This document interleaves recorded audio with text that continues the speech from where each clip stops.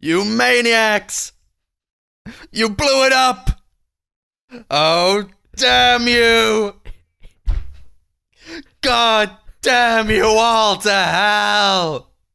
Welcome to the Sunday Movie Marathon. I'm Max. What was that? What was that? Planet of the Apes. I had to turn you down so much because you just blew out my eardrums. Chris, you're probably not the first, and you are definitely not going to be the last person that has to turn Max down.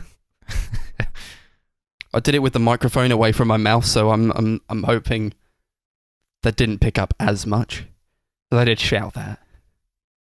Mate, your nan's going to be thinking, what the fuck is he doing in that room on his own? I think she's used to it at this point, the amount of weird videos he records and sends to us. The amount of times he records himself just sitting there screaming for no reason. It's like one of his family members calls up his nan, and she's like, so, how's Max? Yeah, he's just in his room scatting to himself again. Well, you guys make it sound like I'm insane. Max, yes. I'm yes, alright. we do, and it's for a reason, my friend. That was so mean of you. Pleasantries aside, what are we doing this episode, Max? We're changing up, aren't we? We're not reviewing a movie today. No movies today, because obviously we're still in lockdown. And no questions. We thought we'd change it up a bit.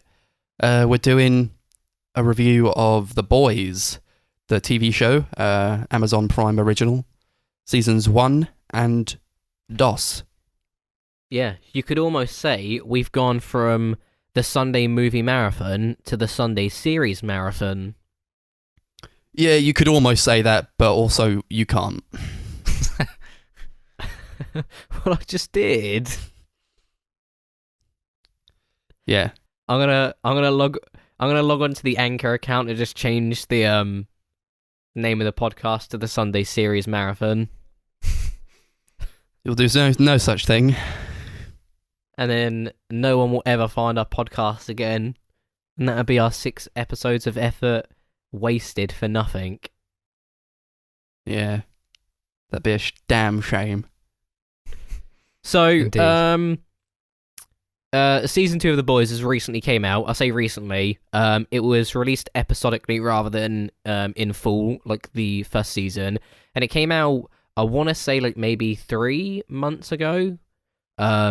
With the 8-episode run, that would have taken up 2 months. And I think it's been about a month since the final episode was aired. I want to say. But it could be longer. Yeah, it's been a while. Yeah. They're meant to release a like hour-long, like mini-movie sort of thing, for the tail end of the second season about what Carl Urban's character Bucky gets up to. Not Bucky, Butcher gets up to between the end of season 1 and the beginning of season 2, but it still hasn't come out yet, so a little bit annoyed about that. That'll be interesting, though. Yeah. So the last episode came out October 9th. So yeah, just over a month ago. Yeah, it's been a while then. So let's take it back to season 1. 2019, that was released, I believe. Yeah. Yeah. They pumped it out pretty quickly. Yeah, they did. Who wants to kick it off? Who remembers any of the first season? I think Chris is the one who's watched it most recently, because we sort of got him into it. Yeah, I watched it. I watched all the first season last month and then all the second season like a couple of weeks ago. Nice. So, do you want to give a quick rundown on like a basis of what the first season was about? Yeah. If you remember. Yeah, I remember. So the show, essentially, most of it's about a group of superheroes, kind of like the Avengers. They're called the Seven. Basically, in this universe, they're basically more public figures, like celebrity sort of things, rather than actual superheroes. It's all about like the marketing and stuff like that. They're owned by a corporation called Vought, who markets and monetizes them and stuff like that, and hides all the discrepancies that they have. All the characters of the Seven are basically like what would be They like are a more knockoff realistic. versions. Oh, carry on. Sorry. Yeah, they're knockoff versions of famous superheroes. What would be like a more realistic version of them, and how in real life they probably all be sociopaths and like super corrupt and stuff like that. So the very first episode shows a guy called Huey, whose girlfriend is killed by A-Train, who's basically like the Flash sort of character. He is just running and he like runs into her and she dies. And Brutally then, murders her. Yeah. Like literally, just he runs through her. Like just she explodes. Yeah, Blood it's everywhere. pretty crazy.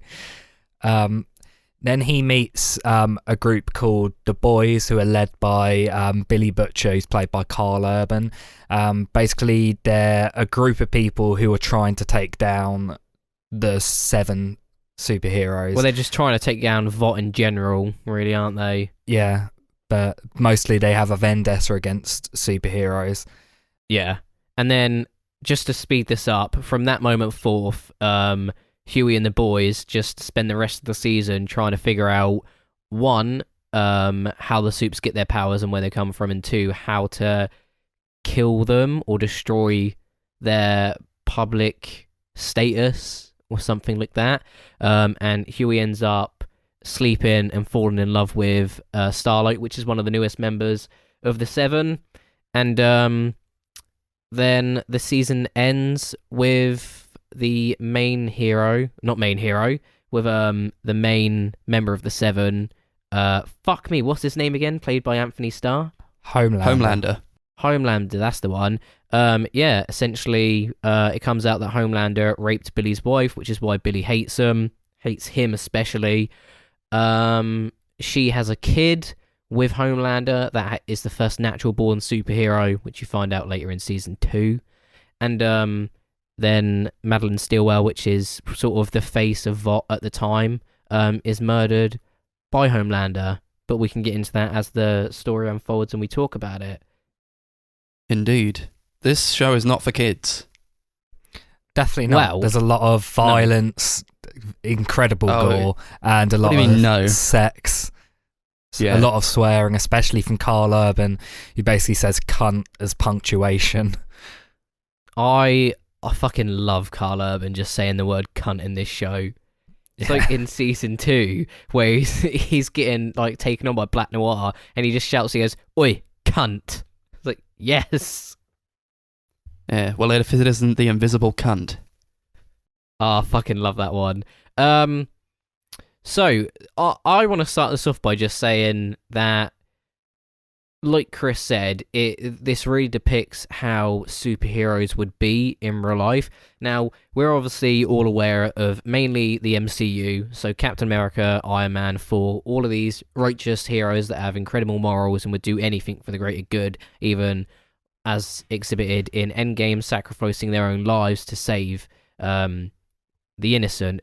Where in The Boys, I love how the characters and how the show depicts the heroes as fucked up as they are, and how they are, they almost seem like genuine humans or regular people that just have extreme amounts of power to do what they will with.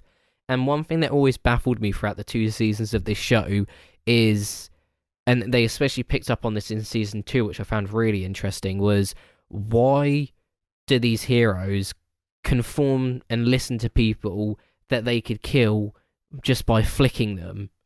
Like, there's nothing on Earth that, especially with Homelander, that would actually kill him. Like, they've tested nukes on him, they've tested trying to kill him in all these creative ways, and nothing's worked. The guy is just invincible to an extreme degree.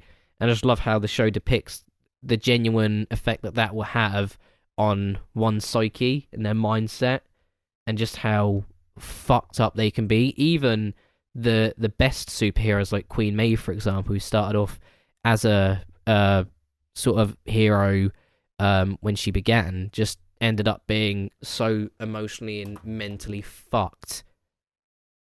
Yeah.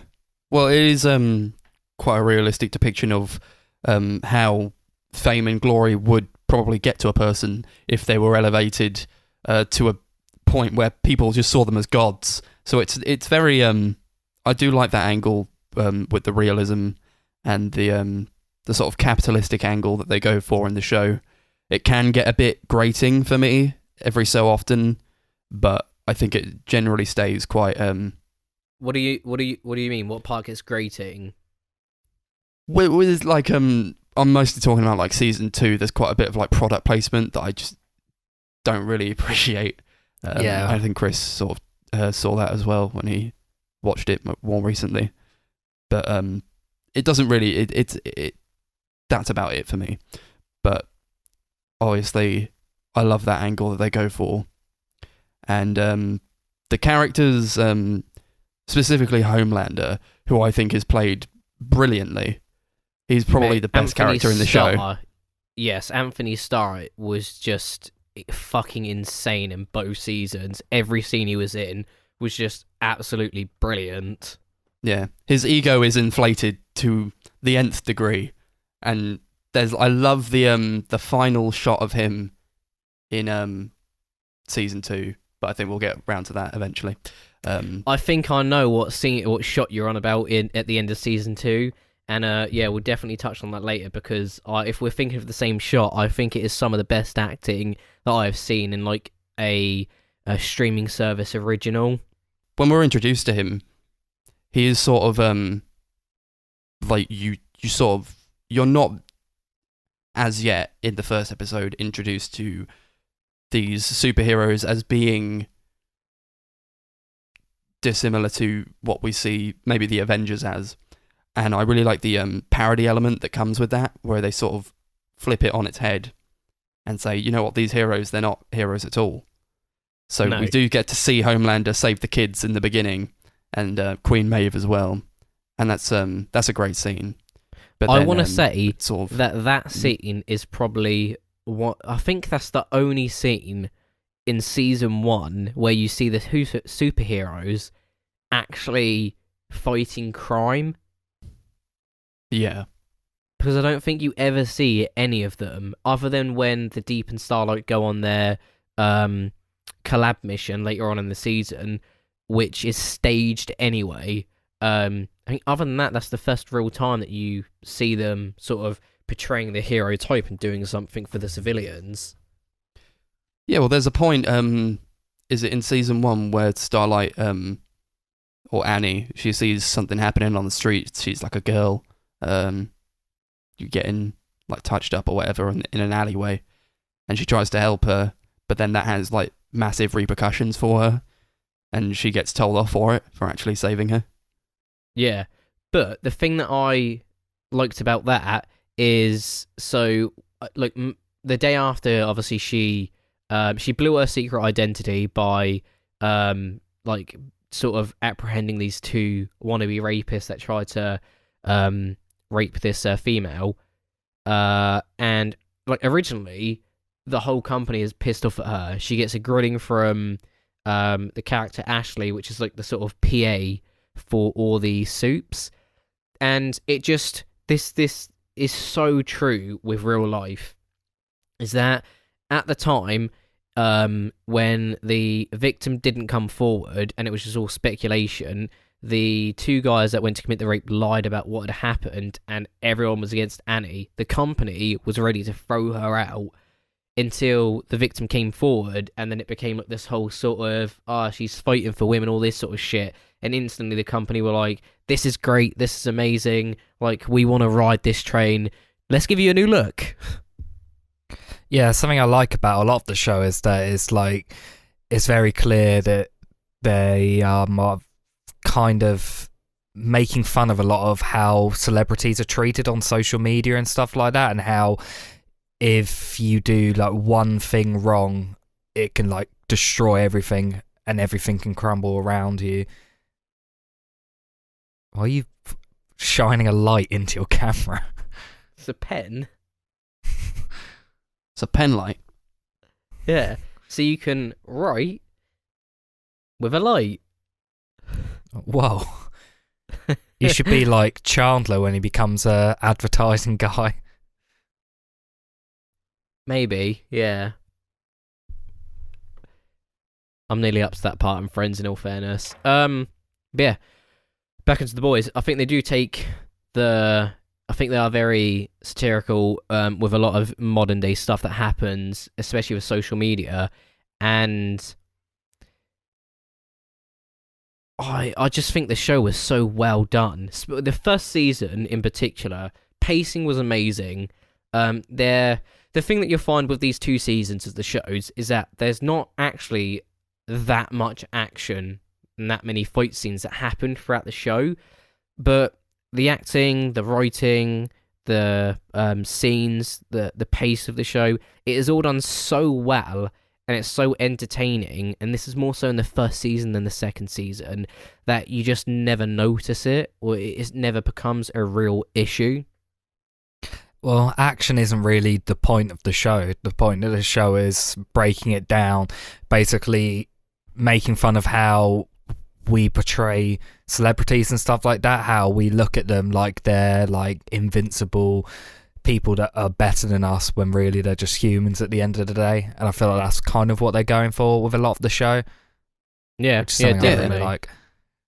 I think the action, when it happens, is very. They use their the age rating to their advantage. It's very gory. Oh yeah, and I love that about the show. massively.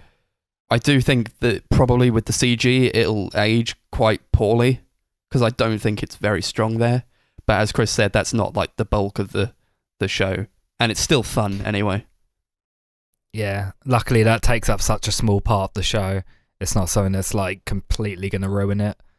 Yeah, and No. for like most people, they may just think like, "Oh, I'm just about to watch this show about like superheroes in our modern age, which is a real depiction."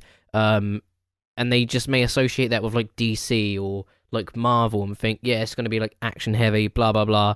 But I originally thought that, and so when the show came out last year, I watched the first season.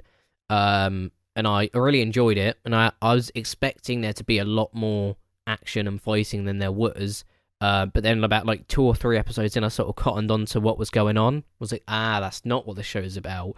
So after the first season finished, and we waiting for the second one, I just decided to read the whole graphic novel, and I'm not going to spoil any of the novel on here, because there are so many plot lines that they could follow on from and take from the graphic novel and use into the series, that something that I say about the graphic novel could eventually come into fruition in the show and it be a spoiler. But they've diverted greatly from the storyline of the original graphic novels into the show, of like some characters, storylines, how people are introduced, and I'm a massive comic book fan, and although like I really like the MCU films, I couldn't give a fuck about DC because it's just terrible, especially the films. Like a lot of these films, when you like compare them to the comics, are done very poorly. I mean, you just think of things like the early sort of Marvel films, like Daredevil, Punisher, or stuff like that. These are very bad movies. And I sort of so I watched the show and then read the graphic novel, and just how well they've adapted something that was written or created for a paper media, how they've like adapted that to the actual like to a TV series. It's incredible. It is so, even though the story is different, it's so accurate to what the characters are actually like. So when you're reading these graphic novels, you would actually picture the characters as what you'd see them on screen. Yeah, I've heard the show is from a lot of people that the show is better than the novels, which rarely happens. I don't know, because I watched the show first. I don't know whether I like the show more because I don't like reading. And I would just watch the show first, but I don't know what I'd find what I'd find better. I can understand why people would find the actual TV show more entertaining, because there's a lot more, because it's live action, there's more personality within it. Whereas when you're reading, you've really got to create the world yourself, whereas you're not just watching the world be created for you. But it's considering the storylines are completely different in both of them, I'd say it's heads and tails. Like, I don't think you can compare them as one and the same now. Sure. But there is a lot more violence in the graphic novels, I will say that, though, which is the only thing that I would... Well, I'd say I want a bit more violence in the TV shows, but then I don't think oversaturating the TV show with violence all the time would be as effective as when they do use it, because it is more effective when they hold off on it and then something happens and it just adds to the ambience of the actual show. Yeah, Yeah, I agree definitely. with that. There's a point in season 2 where I think there's a couple episodes where there's just like no violence at all. And then the next episode, it literally starts with someone having their face ripped off, and then like there's so many like super gory moments throughout, and it's just the way they stagger it out, so much so that they can like go all balls deep and like have something super messed up, I think is really shocking and well done. Oh yeah, massively. So how did you guys find the sort of wrap up for season 1? So in terms of like from beginning to end with the pacing, and just how the story sort of wrapped itself up at the end of season 1 and then left for season 2, how did you guys find that? Was there like any questions unanswered or anything left a bit ambiguous that you were kind of like, well, that could have been explained? Well, it ends on a big really. cliffhanger, doesn't it? Yeah, I think Yeah, like pretty much yeah. all the storylines are left on a cliffhanger that they then carry on in the next season. There's nothing bookended in the first season. Do you know what I would have really liked to have seen a lot more in season 1? Is how the relationship between Madeline Stillwell and Homelander got to where it was, because she was really sort of the only person within that universe that really had a control over him until obviously it got to the very end of the season. He ended up melting her face off. But up until that point, before she started lying about his son, which I think they could have done completely differently, like in her, if I was her as a character, I would have just been upfront about it and not got my face melted off. But yeah, I would have really liked to have seen how that relationship was developed. Like, was she there when he was in the labs being created and grown up as a kid, or was she there when he was in like sort of his teens, doing like crime fighting back in the days when he was first coming up? Yeah, I don't know. I wouldn't really care about that, to be honest, because I think the bulk of the show is more about him as a character, Homelander, and she's there, and it's important to know that he is the way he is under her influence, but I don't think exploring their relationship more than what we already got would have helped much. Yeah, like it wasn't a massive issue that it wasn't. I would just find it interesting, but I think that is literally just for the fact that I would have found it interesting. I don't think it would have made the show any better or any worse. It's just something that I would find interesting to see. Yeah, I think that's something to explore more in maybe the novels, where you can sort of expand the universe a bit more. And whereas with television, you only get a finite amount of time to tell the story that you want to tell. And I think they did a very good job with it. Yeah, I think they did an amazing job of it. Yeah, the first season especially, I don't think there's like any storyline or anything that felt unnecessary. Like maybe there's some characters that I'm less invested in than others, but there was never a point where I was like, I don't need to see this or anything like that. I think it helps. Think of the... I was just going to say, I think it helps that there's only 8 episodes. I feel like if they did more than that, it probably would have gotten a bit stale and felt a bit too stretched thin. I Potentially, liked that yeah. they kept it brisk. Sorry, Max, what were you going to say, mate? In terms of like the storylines in season 1, maybe like the Deep I wasn't big on him. I think he comes back around in season 2, and I'm still not super big on his storyline, but we'd still get a lot of goofs and gaffs with him, especially when like it exposes his body. We see that he like essentially gets raped through his gills that he has on his chest, which is a disgusting scene. Horrible. Do you know what, Max?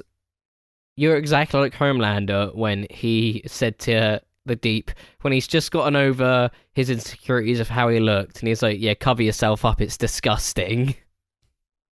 The man's But they just know trying it's to be disgusting. accepted. Well, they know it's disgusting. That's why they do it.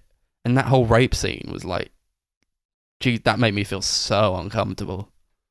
Yeah. So we might want to say that when Starlight, or Annie, played by Erin Moriarty, joins the Seven as a new recruit to replace Lamplighter, who had recently retired, she was sexually assaulted by the Deep.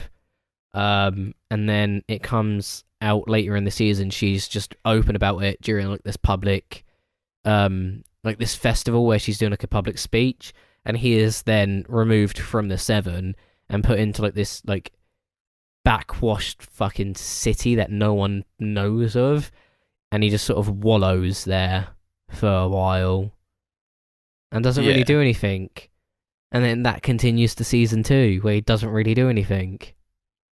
Well, he gets recruited by that Scientology business, doesn't he? In the we'll comics talk about that later, though. Yeah, in the comics that the Church of the Collectives plays a much bigger role than what it does in the TV show. It's just sort of a side thing. At the moment, from what they've done and how they ended season 2, it does just look like it was a bit of a way to get the Deep and A-Train away and explain why they've got less screen time in the second season. Yeah. I'd still that's the thing. I do like their characters, and I think that they're sort of playing for more comedic relief. And there's like throughout season 1, A-Train is sort of a massive arsehole.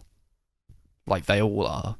But then in season 2, it's sort of him and the Deep are sort of like flipped around, and now they're sort of the comic relief, and they're off to the side doing their thing, offering up a bit of laughs every so often. Shall we go through the main characters, talk about their like storylines and what we thought of them?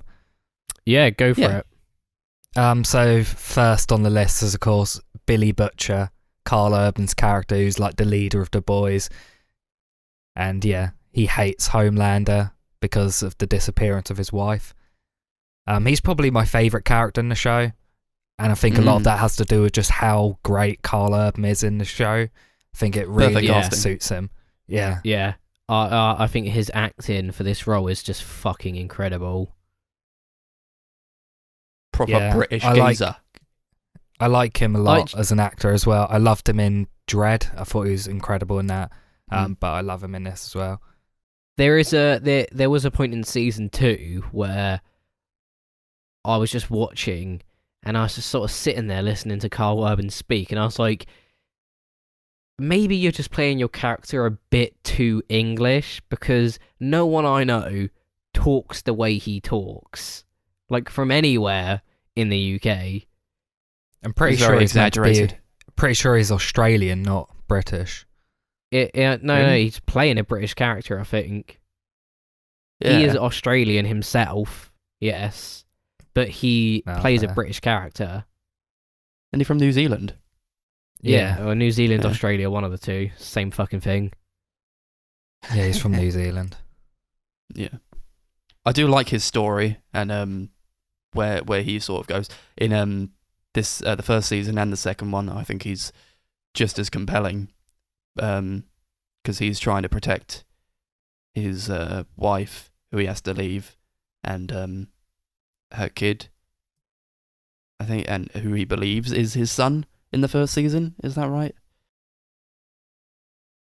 I have no idea what you just said. Yeah, you were just like, it's complete silence the whole time. All we my heard God. was first season, son, thought was his. That was it. Yeah, I was just saying in the first season, he's his oh my God, I gotta repeat that all now. Just like how his main goal is to sort of get back to his wife, Yeah. and see who he believes is his son. Yeah, well, I don't think he knows about Yeah, he doesn't the son doesn't at know all. she's got a kid. No, okay, doesn't she? No. Doesn't no, he even? she All right. she didn't- knows he she didn't knows want she's a got a kid. kid. It fucking came out of her. Yeah. But he doesn't know she's got a kid. No, yeah. Just wakes up one day like, who the fuck are you? Mum, it's me. Yeah, I liked the fact that Billy is basically this like super hard, tough guy. Like, he acts like nothing like can scare him or anything. He acts like almost emotionless, but he actually like deep down has a huge heart and a strong motivation. And I think that's what makes the character a lot more interesting. If it was literally just a butch tough guy who won't let anything get in his way, I don't think it would have been as interesting to watch. But where he has the element of him going to get his wife, it makes it a lot more interesting. See, I think if we're going to talk about the character developments and arcs, are we going to do that for both season 1 and 2? Or are we just going to do their development over the first 2 seasons in general? I was just going for the first season rather than... Yeah, we stick So- to one. Okay, yeah. Sounds good. Who's next on the docket? Huey. Yeah, Huey's next. I love that guy. He's a great character, and he's sort of like the straight man of the show. Like, we can all sort of relate to him. He's plunged into this. Excuse me? Did you just What? call him the straight man of the show? Yes. You don't fucking know what he's into. He could be bisexual. Max just looks disgusted with what I've said. I think he's the kind of character that we can all relate to. If we were plunged into this situation, we'd be just as like out of our element as he seems to be. Yeah. Because he's like... He started off just like a normal guy. Suddenly, his girlfriend dies. He's distraught. And like suddenly he's thrust into like this super violent situation where he went from just like living a normal life to kidnapping Translucent and Yeah. ended up murdering him. Yeah, Oh, I love that whole thing, that whole sequence with Translucent. Yeah, when they that was kidnap great. him. That's great. Yeah. What of Translucent getting hit with the car and then Billy fighting him? Yeah, that, and then also when they're interrogating him. Oh yeah, that is funny. Like the thing that I enjoyed about, especially with Huey's introduction, is that he is only put into this situation by sheer chance that his girlfriend happened to have been murdered by a soup. Which, if that never happened, he would never have been... Like, she could have been murdered in any other way, and the show wouldn't have played out the same way it is. It's just he's there just from the sheer situation that he was in. And I liked how... Like, he didn't feel like, oh, he's joined the team because he's the smart guy, or he's the tactician, or he knows this and he knows that, or he's in with the Seven or whatnot. It's like he is only in the boys because of the situations and just the bad luck that he has. His girlfriend's murdered. He's approached by Billy. He gets caught trying to spy on the Seven. Translucent comes to his work. Billy is there to sort of save him, and then from that moment he's like, you either come with me or you stay here, and that's really about it. There was no reason for Carl Urban's character to recruit him. It was just, this was the situation that we're in, and it's 1 in a million that will be here, but here we are. Yeah. Well, obviously he does stay of his own accord, and I think the driving force for him is to get justice for what happened to his girlfriend.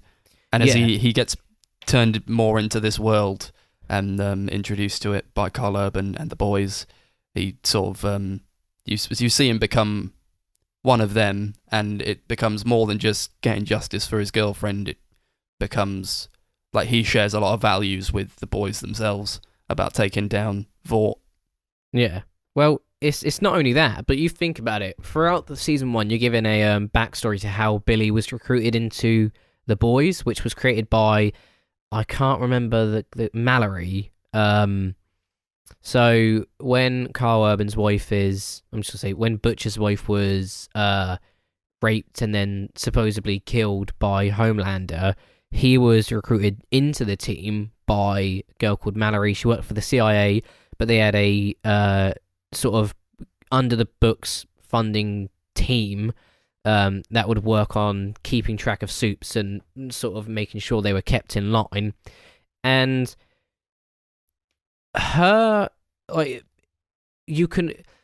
Billy was manipulated into joining the team by Mallory, which you find out later in the season, with just the sort of how she manipulated his loss and his anger towards the soups to benefit her, to get her to suit her agenda.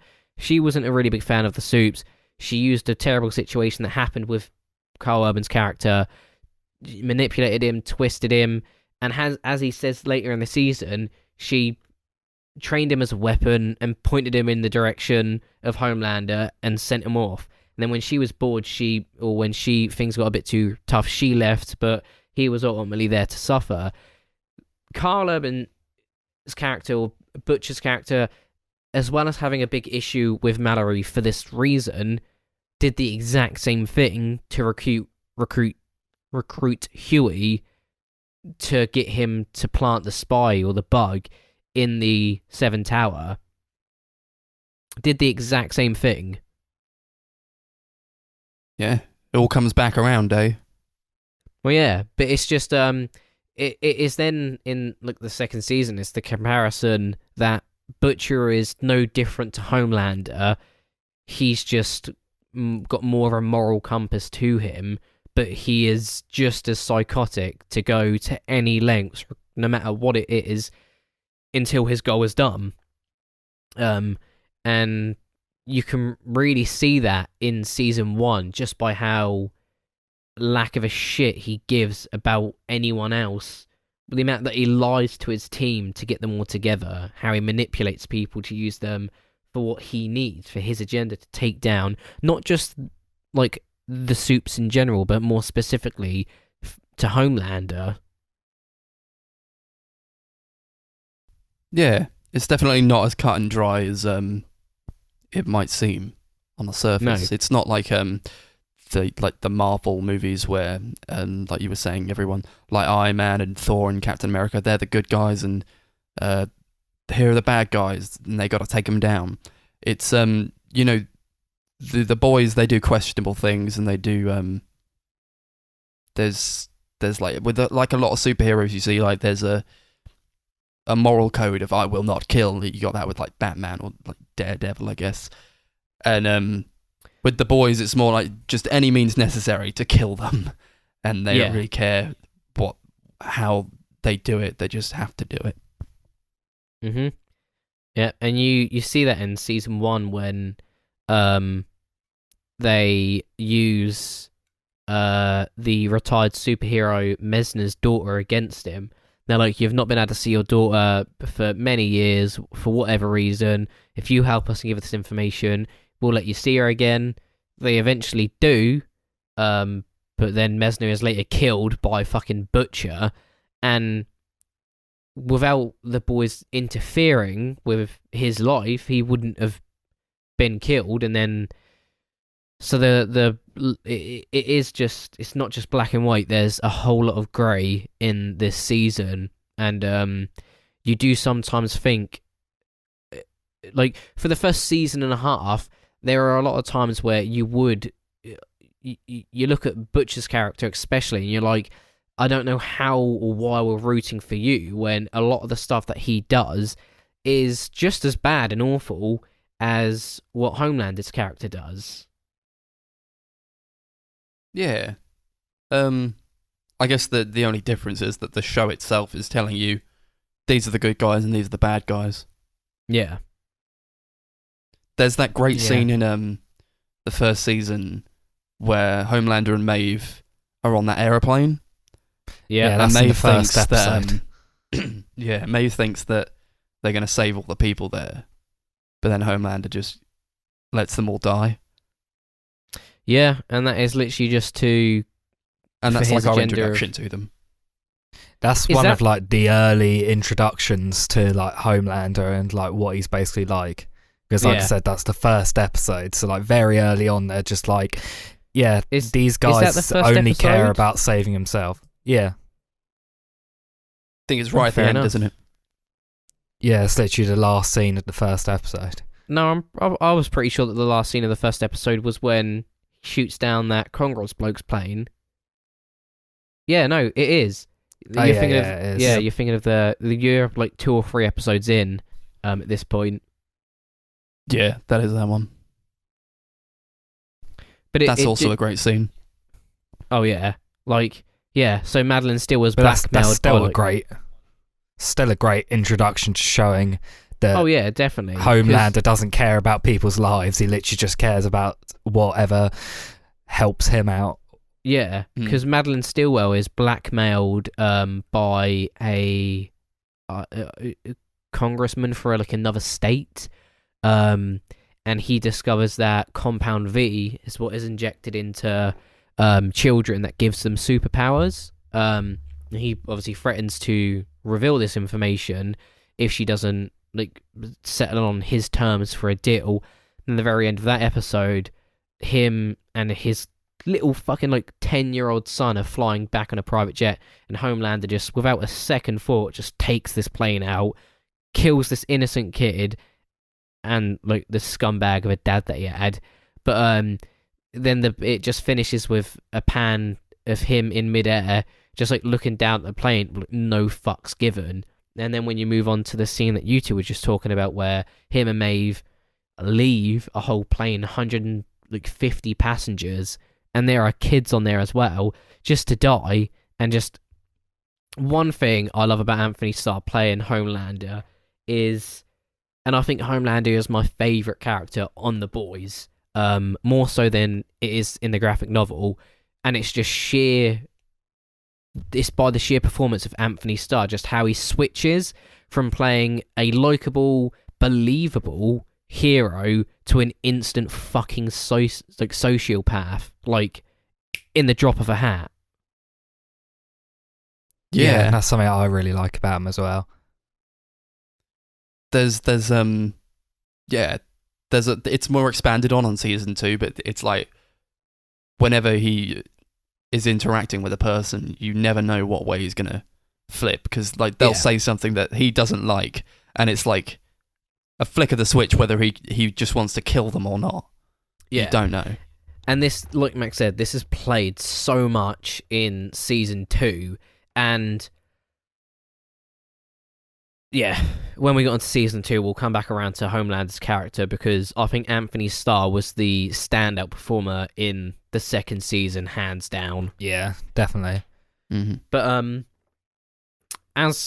so what do we think of well, seeing as Queen Maeve was on the plane with Homelander, she seems a bit more indifferent about ditching the plane. Obviously, she tried to convince Homelander to save like the passengers, either like fly the plane down or take the passengers down one by one, or if they just take a mum and a daughter. So she's definitely got more of a moral compass than what Homelander does. So what do we Yeah, I think of feel her like the character development? I feel like the point of the character is like she actually wanted to help people. Like she became a superhero because she wanted to actually do good. But when she realised that, you know, you kind of can't do good, especially when you got Homelander there. She gets very disillusioned about it. I think it's an interesting direction to take the character. I just don't really find her that interesting compared to the other characters. Yeah, she I was. don't know what it is, but yeah. She is a very. It is brought up that she was exactly like Annie when she joined the Seven, and you can just tell that she is defeated.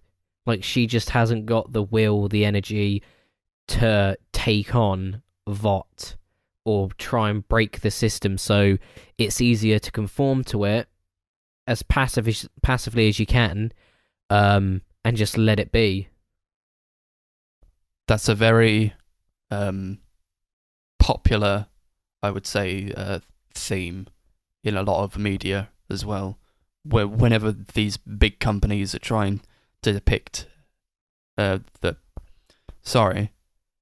whenever like big companies are depicted and people try to fight against them, like I'm reading a book called 1984 at the moment, and it's sort of about that as well. There's like this big force that is controlling everyone, and to fight against it is futile, and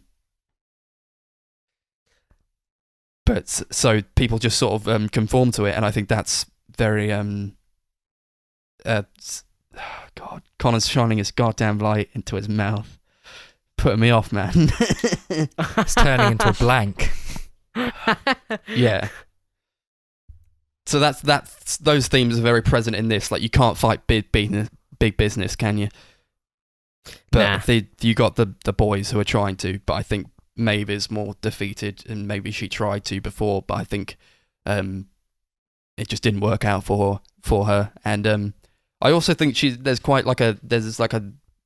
a strange relationship between her and Homelander, where maybe it's sort of alluded to that they were together in the past, but it didn't work out. Well, and I think not that even she's alluded sort of to. like, Homelander says we don't even date anymore.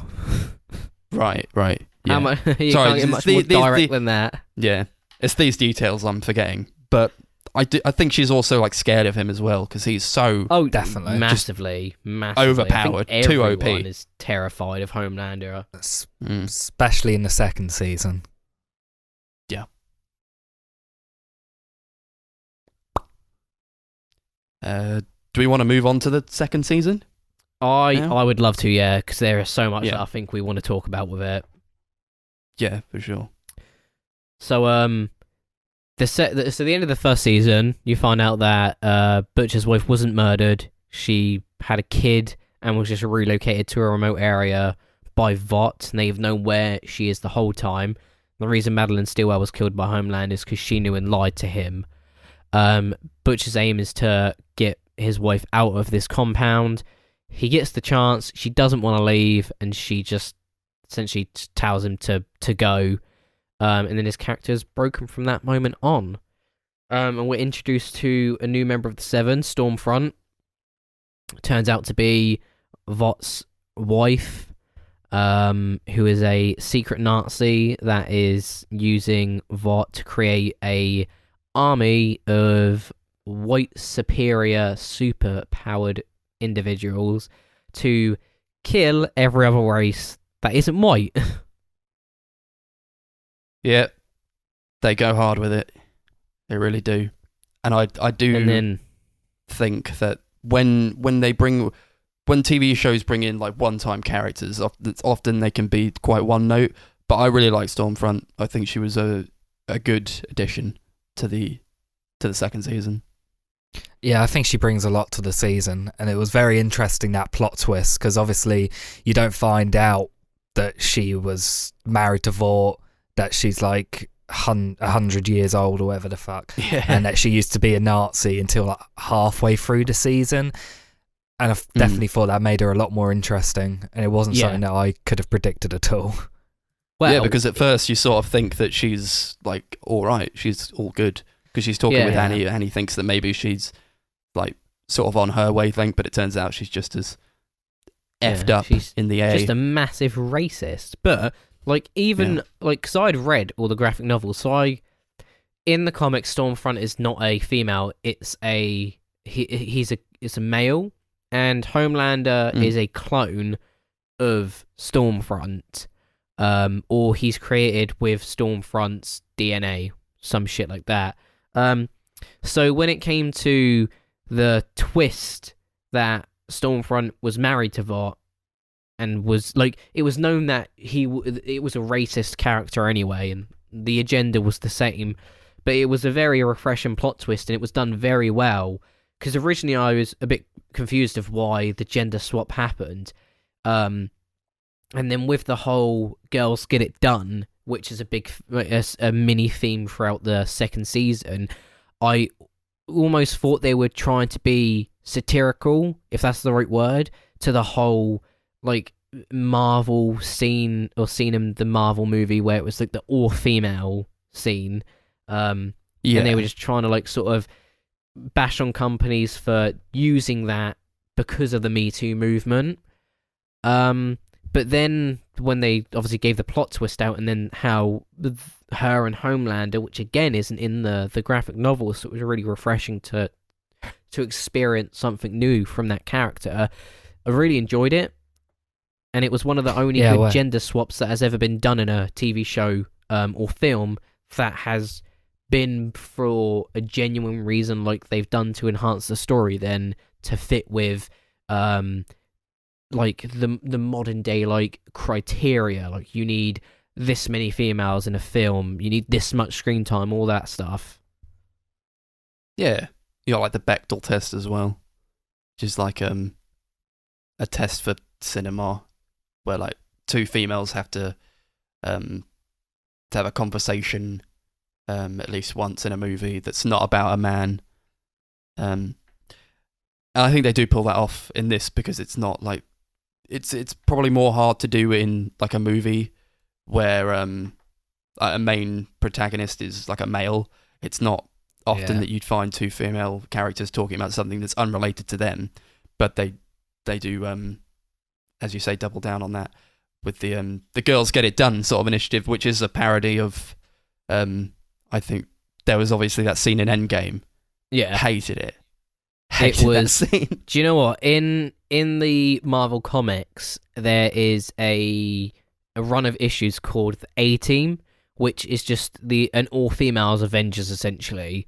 And when the scene in Infinity War happened, where it's the three female superheroes, Black Widow, Scarlet Witch, and the girl from Walking Dead, I was like, oh, fair enough, they're just doing that. And then in Endgame, I was like, oh, they're just... And that made no sense. It really didn't. And I have no issue with there being a big female part in a film. I always have an issue with the creative directive behind it, of how it's very forced, and it almost takes away from what you're trying to do, which never happened in The Boys. Yeah, No, that bit in sure. Endgame was like in the middle of an action scene, just loads of women standing there, and it literally made no sense, and it brought everything to a huge halt. It's so weird. Like, Captain Marvel just blew up a fucking massive spaceship, and then he's like, how are you going to get past 100 enemies? Well, she fucking flies through them, that's how. Like, it just made it was so forced, and yet never felt that in The Boys. And then I like how the whole girls get it done was brought back around when Queen Maeve, the female, and Starlight were beating the shit out of Stormfront, and then the guys, Frenchie's just like, so girls really do get it done. Mm-hmm. They all team up. That was a great scene as well.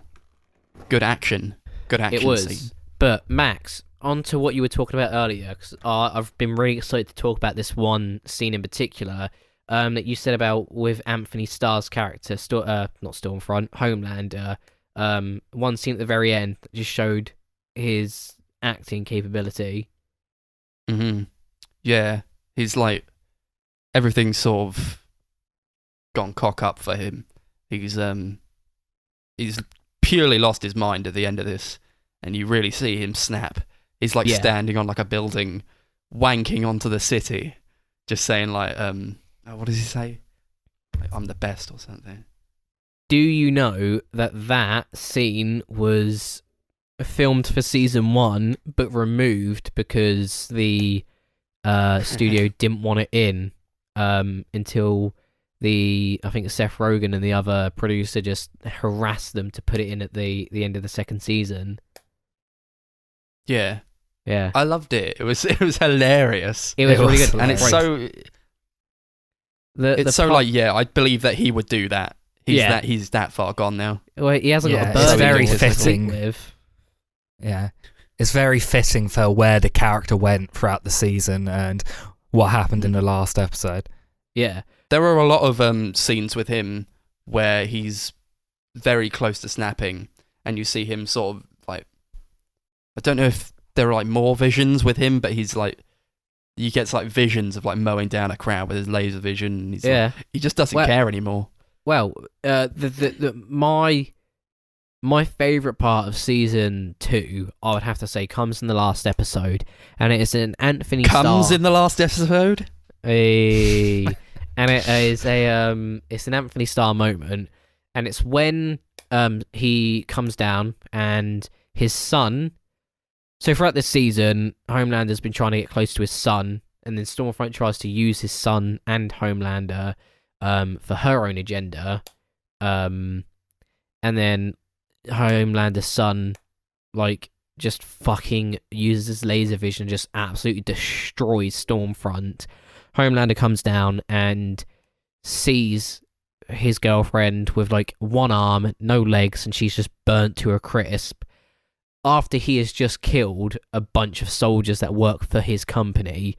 And so he's essentially got nothing left. Madeline Stillwell's dead. Vought just going down and down and down. His girlfriend has just been not murdered because she's still alive, but she's just been absolutely totaled. And like the last sort of thread that he has to humanity is his son. So he says to his son about like to come over to him, and he's covered in blood. You've got a picture. He is just literally covered in blood. His son steps behind Butcher and just says no, or Butcher says no, and it's Anthony Starr's face, like when he realizes that he's lost his son. Just in that moment, you can just see him fucking snap. And it's just, I can't explain it. It's just the facial expressions that he uses. It's like he's hurt by it. He's feeling pain, but at the same time, he's just lost his fucking mind, and he's got so much anger that he's just trying to repress. And it's just the first time you really see that character defeated. He's been on top of the world the whole entire show. No one's been able to control him. No one's been able to do anything, and now he's just at the point where he's broken. Yeah, I think all the acting in the show is good, but he easily steals it. He is incredible in the show, especially in season 2. And I think the character in season 2 I definitely prefer over season 1. Yes. Because after you really see what he's capable in season 1, and the fact that he killed Stillwell, the only person he was really close to, it's just, you're constantly tense anytime he's on screen, and it's actually kind of terrifying at points. Well, and I think it's the first episode where he's talking to that new recruit who has super powered ears or something. Knock off Daredevil. Just smacks them. Yeah, because he's blind the ears, and he hates the disabled. Has no hearing. He literally just he's just like. This is again just how he changes from one character to another. He's having a proper conversation with him. He's like, "Oh, can I ask you something?" And the guy's like, "Yeah." He's like, "Sure." He's like, "So, if for example," and then he just whacks his ear. He goes, "And now you're just another fucking cripple." And then he just steps over him, and he just doesn't pay attention to this kid that he's just mutilated. Yeah, that's what I think really works about the character, and especially in season 2, you're just constantly on edge anytime you see him because he could just do something like that. Yeah. Yeah, he's always going to the house with to see his kid. Terrifying stuff, that is. Yeah. But I think he's trying to be a father to his kid, and because he doesn't really have a father figure to look up to himself, he doesn't really know how to do it. So I think he thinks he's being a good father to the kid, but he's really not. There are scenes in the second season, 2 scenes in particular, where for a brief moment, I genuinely liked the character of Homelander, and I could sort of sympathize with him.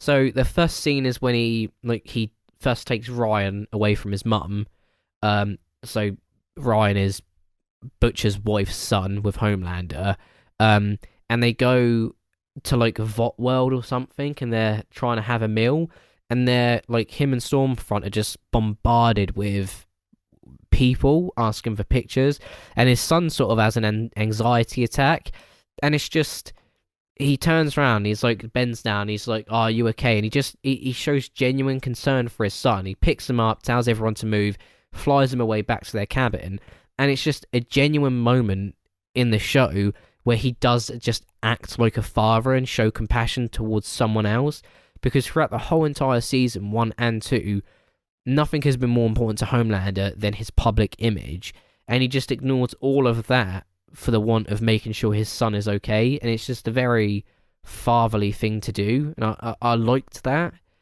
But then, like, I was sort of, for a second, I was like, yeah, but the guy's a fucking nutcase.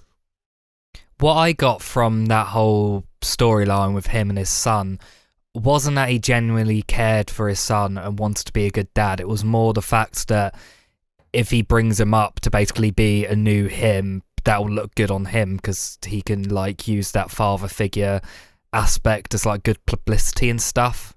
That's kind of more what I was looking at. I don't know. And I felt like a lot of it, he was trying to get the kid in his good books. So the scene in Vought World was more because he wanted to try and get the kid to like him and trust him more than anything. Yeah. Taking the kid to take him around to Vought World, it was definitely for no other reason than to sort of like, oh, this is what we have, this is what you could have.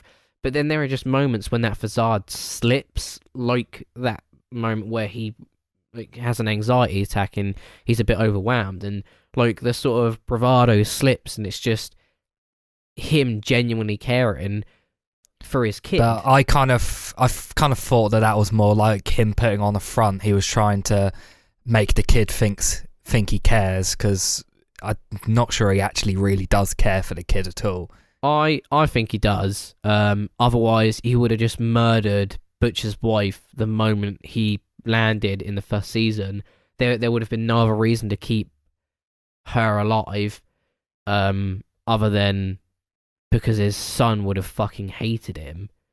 But then, saying that, there's like a good 3 episode stretch where he doesn't even bother with his kid after he pushes him off the roof to try and make him fly, and his kid's like, yeah, I don't want to be near you or whatnot, until Stormfront sort of prompts him with talking about her daughter, and he's like, oh yeah, I've got something to show you, and takes her to his kid.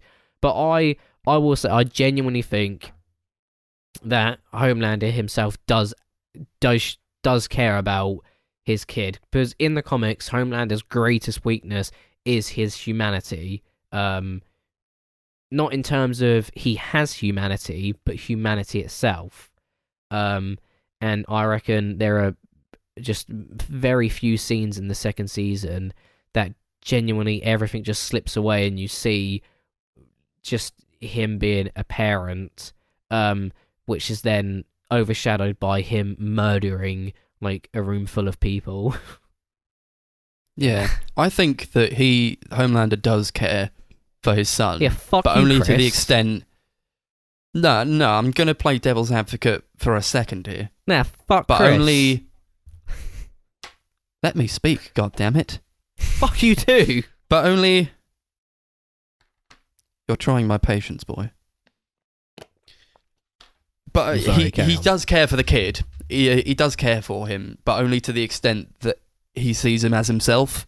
And as soon as he throws him off the house and he just doesn't fly, he's like, well, I don't see any of myself in this boy anymore, so why should I bother? Yeah, that's exactly kind of what I was going at.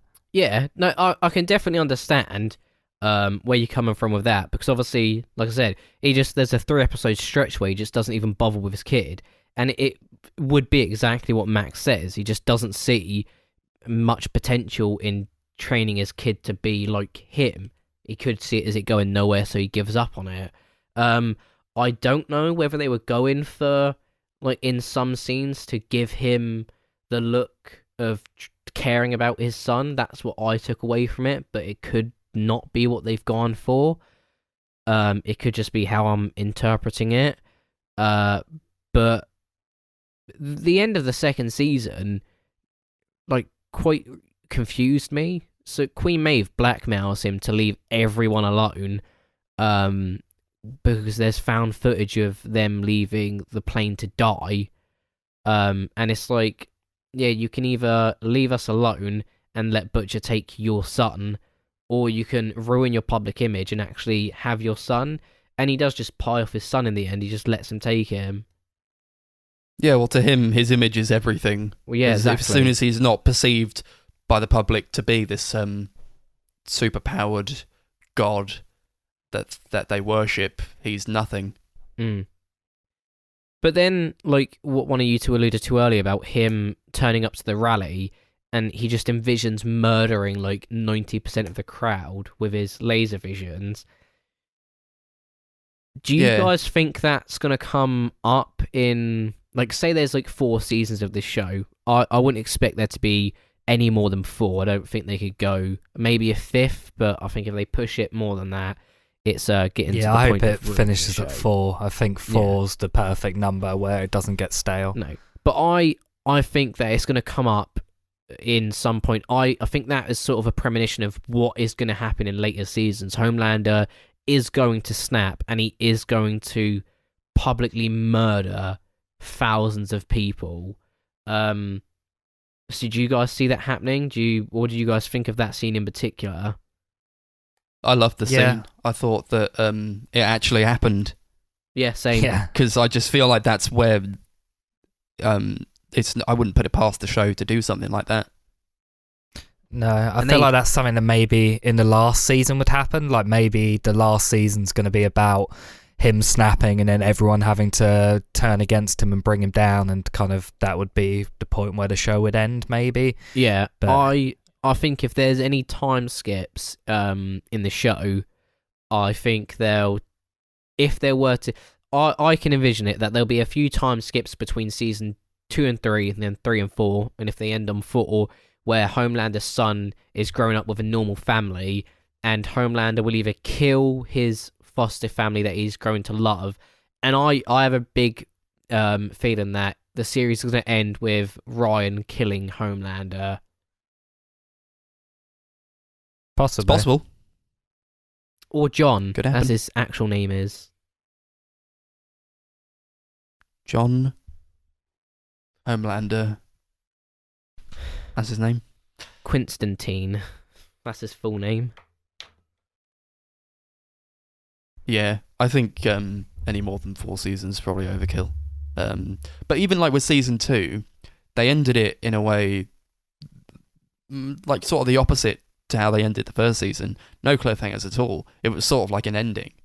There is one cliffhanger, and it's when you find out who the popping head person was. Right, yeah. And I, for the life of me, cannot remember that character's name. No, me neither. Poppy. I don't even remember them saying who it was. It was the girl that was trying to take Vought down. So you know at the rally that Homelander turned up to and envisioned himself killing everyone. It was the girl, Vic. That's her name. Victoria Newman. That's it. Yeah. Turns out that Victoria Newman is a suit. Oh yeah, I remember. Has the ability to explode people's heads. Again, she's another role that has been gender swapped. In the graphic novel, the name was still Vic. It was Victor, and the VP. That's what she is, and she is hired by Vought to spread propaganda about Vought and sort of fight against them. I can't remember for what reason, but it is speculated that that is the role that she's playing in this season as well.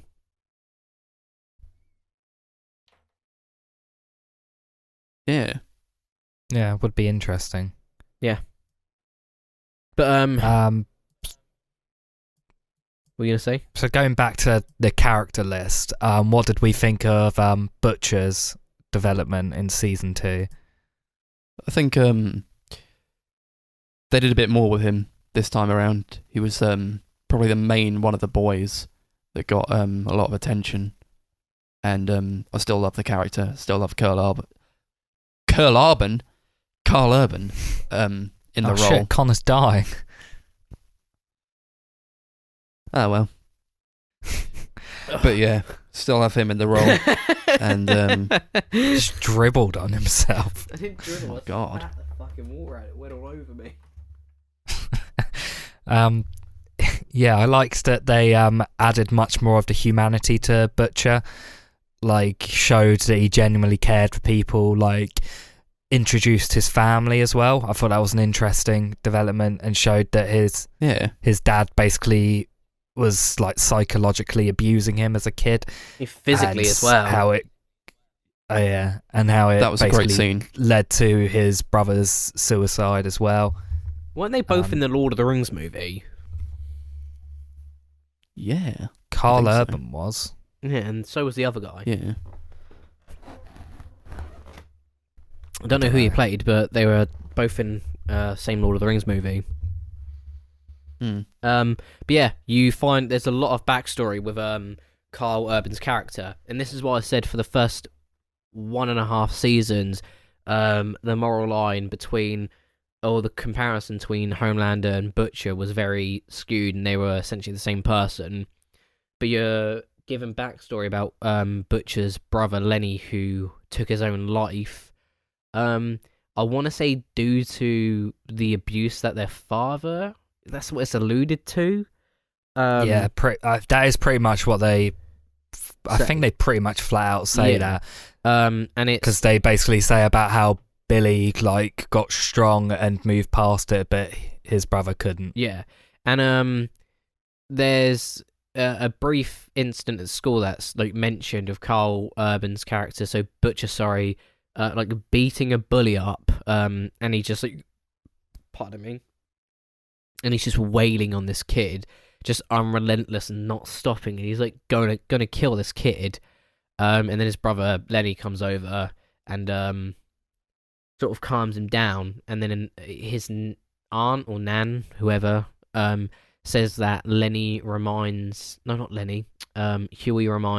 her of Lenny. And then you can kind of see at that point why Carl Urban has kept Huey around for so long. And then throughout the whole second season as well, it's there's been multiple times where like Huey is mentioned as his canary. So do you guys get that reference at all when he says that? Yeah. Yeah. Yeah? Yeah. Like the canary in the coal mine. Yeah. Was supposed to Yeah. So Chris, do you like, know what that is? Yeah. I think so. Yeah. So it's like they take a canary down the coal mine. If the canary dies, then you've pretty much gone too far. Yeah. Yeah. It's a great metaphor. Yeah. And I didn't know that until watching a review of the TV show. So I was fucking dumb to that. But yeah, and then like the second half of the season, there's a lot of humanity that is just put onto Butch's character, and he becomes less grey, still a very iffish character, but it's definite by the end of season 2 that he is one of the good guys. Yeah. And I think they put a lot of the bad stuff that he does and a lot of his anger and hatred into context. Like, they kind of explain why he is the way he is. And yeah, I think it's good. Yeah. I also like the fact that there's like no uses of flashbacks or anything like that, because I feel like in some things that can be quite cringy, but all those old stories are literally just told by characters, like just telling stories rather than showing flashbacks, and I thought that was executed really, really well. Do you know what? I didn't even realise that we had no flashbacks, or there were no. There haven't really been any flashbacks other than the very brief lamplight of flashbacks that you get, and even then it's very unimportant flashbacks, but they serve a purpose. So yeah, it just really goes to show that they did a good enough job that they didn't need them, and it was very they always they always say show don't tell, but I think in a lot of instances just telling can work, and I think they do that really well here. Yeah, definitely.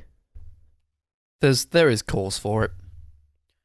What did you guys... You mentioned... Sorry. Carry on. Sorry, you mentioned the character of Lamplighter, who is also brought into this season, who's Iceman in X-Men, who plays a fireman in this. Yeah, What do we think of him? I thought he was a very good character. I would have preferred him being around for a few more episodes. I reckon the actor they got for him was very good, and part of me just feels like they used him up too quickly, but I can understand why he was. Yeah. So obviously he has a history with Frenchie as well. Yes. So he's sort of on edge about him. Yeah. So Lamplighter killed 2 of Mallory's grandchildren, set them on fire, just incinerated them, and they were kids. And throughout the first season, it's kind of he's built up to be like this monster that just incinerated these 2 innocent children for no apparent reason. And then the second season, when you finally introduced to the character himself, it's you can see how it's taken a massive toll on him, and how on his part it was just a genuine mistake that he didn't mean to kill these kids. And Frenchie takes a lot of responsibility for that, because there are flashbacks of Frenchie being told to follow Lamplighter, and then he's put in a difficult position of saving one of his friends who is ODing or pursuing Lamplighter, and everyone blames Frenchie for these 2 kids dying as well, and it isn't until they both sort of admit to each other what actually happened. So Lamplighter admits that it was a mistake, and then Frenchie admits that he was saving his friend's life, that you kind of you see Lamplighter as less of a heartless monster and more of just another victim of Vought. Yeah. He sort of hates himself for it. Yeah. It's like what we were saying earlier about all the characters not necessarily being like good or evil. There's no black or white. I feel like with a lot of the characters, if they do bad stuff, they eventually contextualize it in a way and like explain why they did it. And I think that works really well. Like, apart from maybe Homelander, they do a good job of basically saying that deep down every single character's human in some way, even if they do horrible things. Yeah. Not Stormfront, though. It was just a Nazi. Oh yeah, not her. Should we talk a bit more about Stormfront? Because she was like the sort of main attraction for season 2. So yeah. Her and Homelander kick off a relationship, and one of the most brutal kills that I've seen in this show would have to be at the beginning of one of the episodes where there's like someone robs a store or something, runs down an alley, and he's just cornered by Stormfront and Homelander, who are both sociopaths, and they just start making out, and Homelander just puts his hand up against this guy's head and just crushes it against this wall. And it just looks so incredibly painful and just such a dire situation. I'm just, no. Reminds me of in season 1 where I think isn't it A-Train's girlfriend or something sits on that guy's face and his head explodes. Yeah. I think I do like Stormfront a lot. I think her relationship with Homelander is... It could come across as cheesy, but it doesn't really. And I think it's very telling. I think it's obvious that these 2 egotistical characters who are very in their own minds about how they perceive themselves would gravitate towards each other. Yeah. So I like seeing the duality of them and how maybe sometimes Stormfront could go a bit too far for Homelander, because she doesn't really care how the public perceive her. But he really does. Yeah. Well, he's like she said, Vought and Stormfront are Nazis. The Aryan race is blonde hair, blue eyes. That's exactly what Homelander is. He is their perfect creation. So I don't know whether she was with him in the show to manipulate him, or whether she just genuinely found their perfect idea of the next level of humanity, just that attractive. But yeah, they end up fucking. Sorry, In a Susan, crazy swearing, scene. by the way. Yeah, I was gonna say that first sex scene was ridiculous.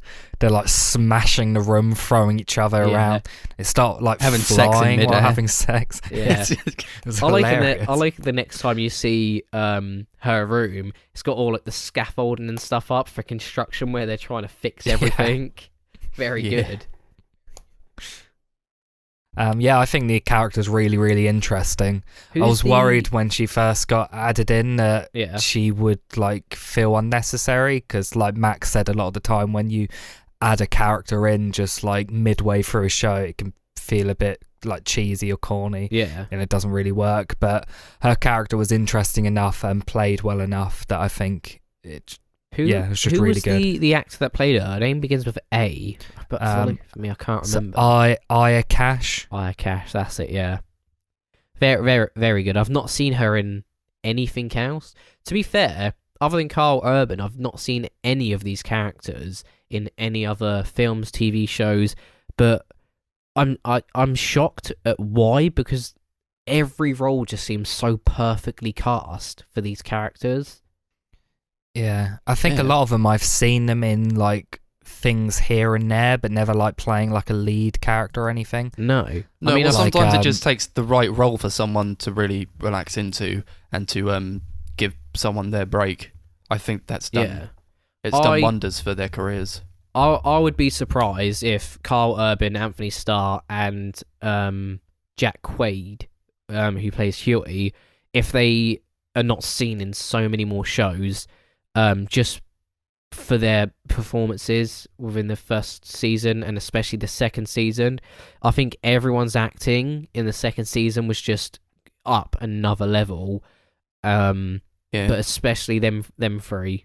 I would be surprised if I don't see them in a lot more stuff. I mean, what's his name? Carl Urban has been in movies.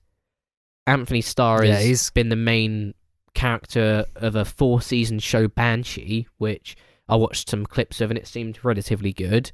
And then Jack Quaid, I want to see a lot more of him, in other stuff. He's Yeah. in the next Scream movie. What, Jack Oh Quaid? God, yeah. Yeah. Oh, no way. They're doing that, aren't Yeah. they? Oh, Jeez. let's see how that He was goes. also in the Hunger Games. Is he? I'm not hopeful. Who? Yeah, he Who's he? plays Marvel. I don't know who that is. Me neither. I've Give seen it a the couple Hunger of years, they'll Games. all be in Marvel movies. Yeah, probably. The only thing I'm worried about with these characters is that agents and stuff are going to look at them and just like think of him as the character, and because of that they're going to struggle to get other roles. Like there's lots of like actors who do incredible jobs on TV, but like they struggle to get into film afterwards because people just see him as that role. Maybe, Like yeah. Bryan Cranston, he's like had some terrible film roles, and I think that's because people look at him and they just think of Walter White or Hal from Malcolm in the Middle. Yeah. And I feel like that's either a proper family dad or a murderous drug king. a murderous dad. Yeah. I'm worried especially about Anthony Starr, about people looking at him and just thinking of him as Homelander. He has got But Banshee, isn't that like the though. mark of? Isn't that the mark Yeah, of a but- good actor though? Like a really great actor. No, if you just you see them as the character that they played. There's a difference between seeing an actor as one character and seeing a character that can only be played by one actor. But at this point, this is the biggest they've hit, and like no wonder people see them as their characters. It's a very famous show now. Yeah. So and it's like their breakout show in a way, and their breakout roles. But So what I would wouldn't say- be surprised if we see them Sorry, carry on. in more stuff. I wouldn't be surprised if we see them in different things in years to come. What I would say to that is it's the same issue that I have with Chris Evans and Robert Downey Jr. not an issue with them both. Robert Downey Jr. has definitely been typecast, and he is an actor that can only be seen as one person, Iron Man. So every role that he has done has been an Iron Man-esque character, overconfident, cocky, a know-it-all, rich, all of this shit.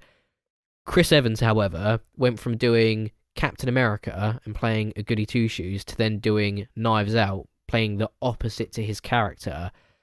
And it was an amazing performance, incredible movie, and that his acting in that was really good.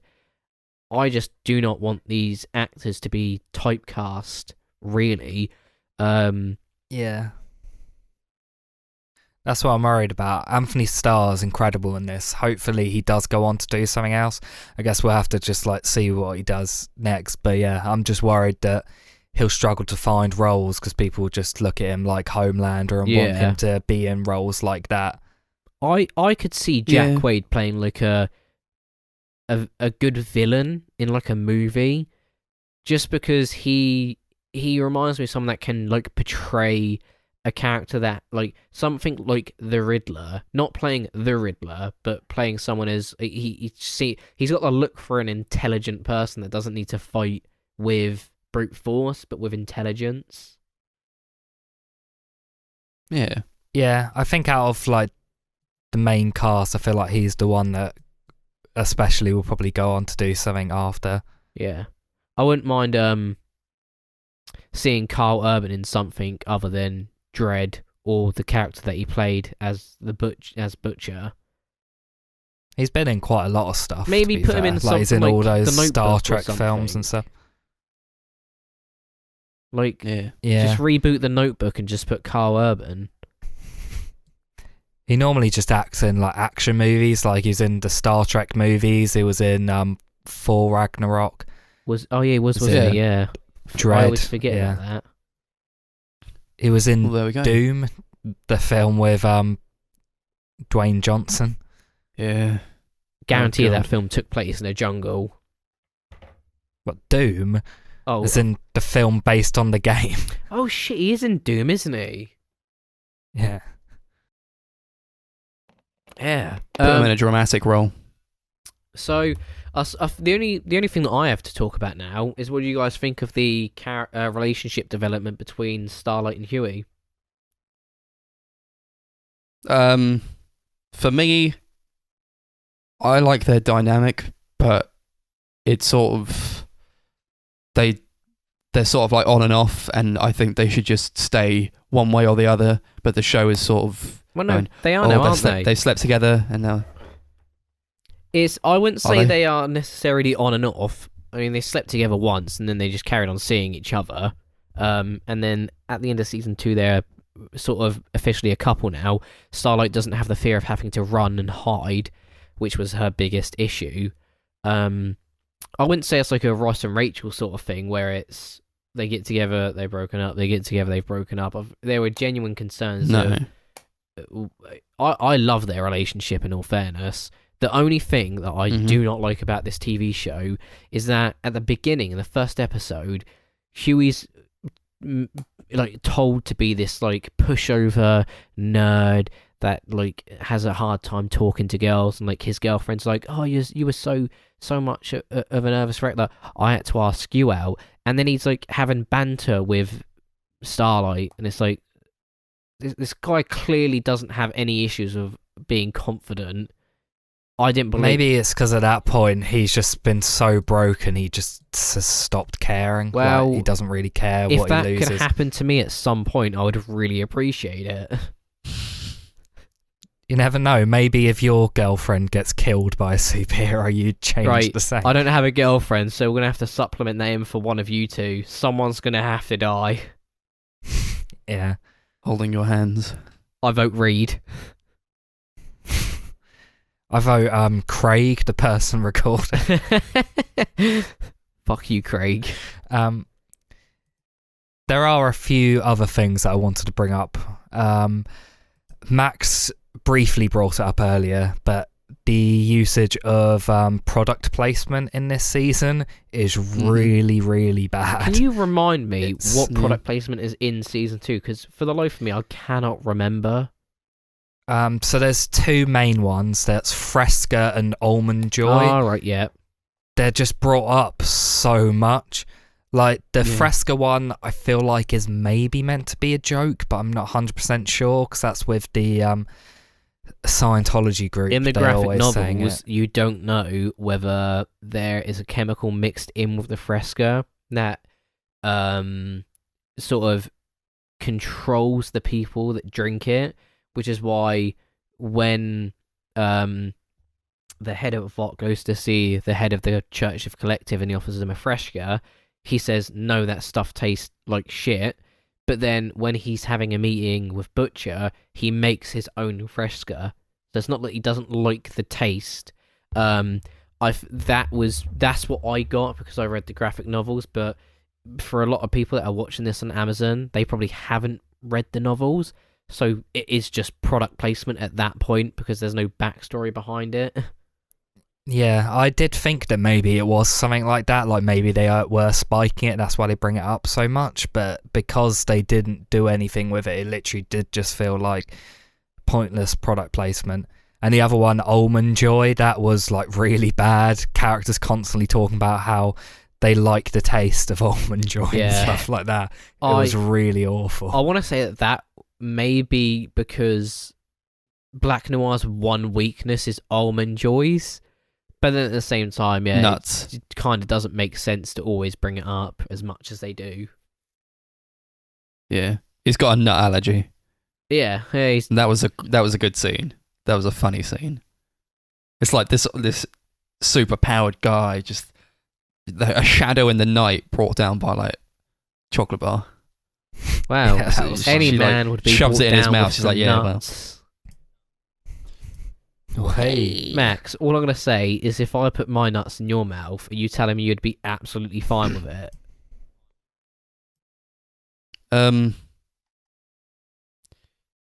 See? Yeah. I wouldn't like go into a coma. I'd be like, dude, get your nuts out of my mouth, man. I'll just continue. Oh, they're sweet. I made them myself. The other thing I wanted to talk about was the storyline with the Deep, because obviously in season 1 he's basically like brought down because he like basically gets Me Too'd and then gets sexually assaulted himself, and he goes through this huge thing where he's like, what the fuck, and he gets approached by a church which are basically like a Scientology sort of thing that have big stakes in Vought. And yeah, I didn't find his plot interesting at all. And anytime the plot came up with him, I just didn't find it interesting at all. I thought it made some of the episodes a bit too slow. Yeah. Every time one of those I don't know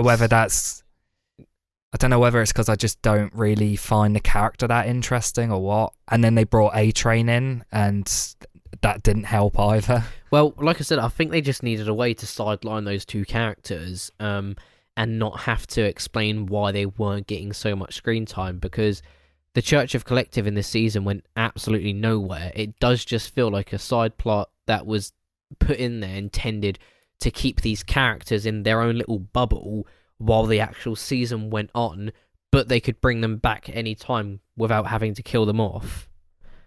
Yeah, that's why I didn't find it very interesting. No, neither did I. Like, there's a lot of potential there for the Church of the Collective, because obviously, like I said, they do basically say that they have huge stakes in the company of Vought, and I feel like there could have been like a really interesting angle on that.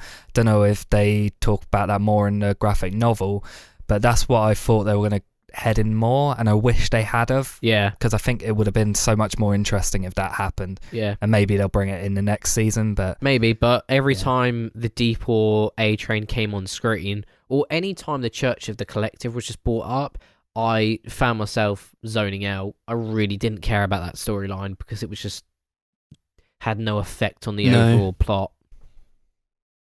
I think a lot of people feel that way. For me, it was like there's this juxtaposition between the deep storyline. Whenever he's on screen, I'm bored, and then the Homelander storyline, and whenever he's on screen, I'm really into it. Yeah, I couldn't agree more. In fact, any scene that A-Train, the Church, or the Deep weren't in, I was really into. Yeah, pretty much same with me. Yeah. Yeah, that was honestly, that's like those two things are the only problems I have with the whole season. Yeah, Apart from same. that, I think it was pretty fantastic. I didn't mind the product placement. Yeah, a lot of people seem quite mixed on it. Yeah, but when I watched the last few episodes, like I said to you guys, that I thought it was some of the best TV I've ever seen, and I definitely still stand by that after reflecting over the last week or two. Yeah, definitely. It is one of the more refreshing takes on a superhero genre, and just good acting. A lot of the Netflix originals that I've watched have just been terrible. So the only thing that I have to criticize against the Boys is that it's owned by Jeff Bezos, and he runs his Amazon warehouses like sweatshops in China, and it's just not good. But other than it's that, a bit ironic, isn't it? Yeah, it really is. Yeah, a show taking the piss out of billionaire companies run or owned by one themselves, the biggest one. But at least at least they know Mark Zuckerberg surfing away with a face full of sunscreen after trying to sue a bunch of tribes peoples for just living. Disgusting. Dear oh dear. But all in all, but all in all, like you said, it's very refreshing. Yeah. Like, I've been rewatching all the Marvel films, haven't done it in a while because like I just got so tired of superhero stuff. So watching this was very refreshing to see something different. Yeah, reminded me a lot of Watchmen, the original graphic novel, rather than the film. Yeah, and I loved that book. So do you know that the author behind the Watchmen graphic novel was Alan? Can't remember his last name. Alan Moore. Alan Moore. Not a massive. Well, I've not read a lot of his stuff, to be fair, but he hates especially the Watchmen. He hates every adaptation of his work. Yeah. To the point. Apparently, the Watchmen TV show is really great, but I've not watched it yet. Do you know what? I've heard that. The Watchmen TV show is apparently, I've heard good things about it, but the director of it, or whoever's fucking producing it, is a fan of Alan Moore's. And Alan Moore got so fed up with Watchmen and the new run of comics that he's not a part of anymore, that he refused to take any money from the earnings of the new comics, and he's like, take my name off. I want nothing to do with this series ever again, because he's just so fed up with how they're butchering the characters. But the guy who's doing the TV show says, oh, I'm a really big fan of Alan Moore. And then when he was asked, like, yeah, but Alan Moore said the only thing that he doesn't want is for the Watchmen to be made into a show or a movie. He's like, how can you respect him and be a fan of him if you're doing the one thing he says he didn't want? He's like, well, I can't remember exactly what he said. I watched this video a few days ago, but essentially it's just like, oh, well, I'm a fan, so I can do it, or some shit like that. At the end of the day, I think the reason he doesn't like any of that stuff is because like most of the film adaptations of his works have been pretty dire. Yeah, but no, he's just come out and said that he doesn't like any of it because, in his words, he has written and created these stories for comics. They are not things. They are not storylines or characters, or they're not created for the intent of film. So when they're portrayed into a film, it doesn't reflect well, and that he gets annoyed with Watchmen in particular because people have come up to him and said how cool they think Rorschach is, and he has to explain that Rorschach is not the good guy, and you're not meant to like him, but he's just so pissed off of how they've butchered his story. There's like no good guys in that story, to be fair. No, not at all. But yeah, the boys. The Boys. The Boys. It was pretty good. So how on a 1 to 10, how many starlights are you giving season 1 and season 2, boys? I'd say I'd probably give both maybe somewhere between an 8 or a 9. I don't know. Yeah. I think maybe a high 8, low 9. I think I gave the first season an 8 as I sort of binged through that. I didn't do the same with season 2. I thought it was just maybe a little bit weaker, if not kind of on par. So I'll just give that an 8 as well.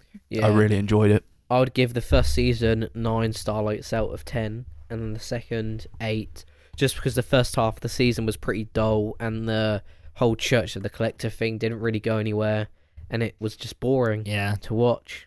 That was the only problem I had with it. If that wasn't in there, I'd probably give season 2 a perfect 10. And if anyone's wondering quite a why lot. we give it the rating of starlights, it's because Erin Moriarty is incredibly stunning. Yeah, a character we barely talked about at all. Yeah, well. Yeah. There's always season She's good, 3. Yeah. I think I just think they don't do like loads with her, but she is there. There are a couple other characters that we didn't talk about, like Frenchie and that girl. The female. I like their stuff. Kamiko. Yeah. Yeah, we can talk about them in season 3 whenever that comes out. Yeah.